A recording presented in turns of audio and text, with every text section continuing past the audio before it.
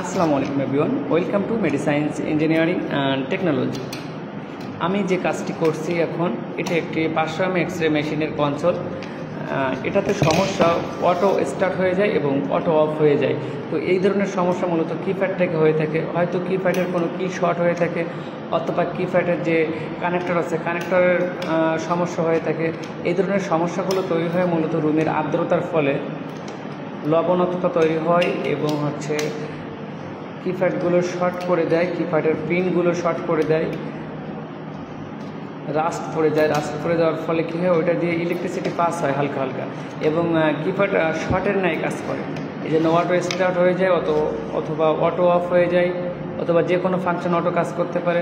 তো এই ধরনের সমস্যার জন্য আমরা মূলত যে কাজটা করে থাকি, হয়তো কিপ্যাডটা ওপেন করে কিপ্যাড অফ করে দেয় এবং কিপ্যাডের টার্মিনালগুলো অফ করে দেয়, এটাতে আর কিপ্যাডটা ওকে হয়ে যায়। তো এই ধরনের সমস্যা হলে খুবই ভালোভাবে সতর্কতার সঙ্গে এই কিপ্যাডগুলো খুলে ওয়াশ করে আপনি যদি মেশিনে ইনস্টল করেন নতুন করে, তাহলে ইনশাল্লাহ ঠিক হয়ে যাবে।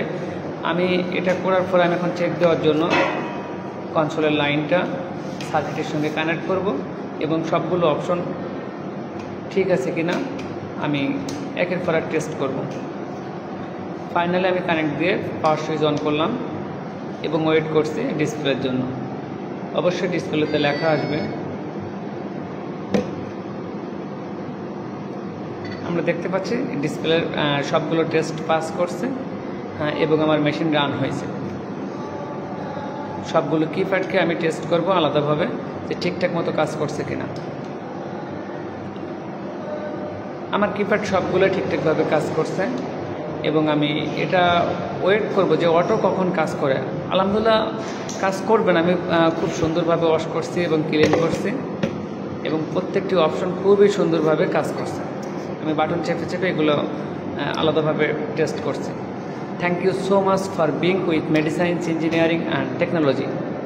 Allah Hafiz. See you later in another new video. Please share and subscribe my channel.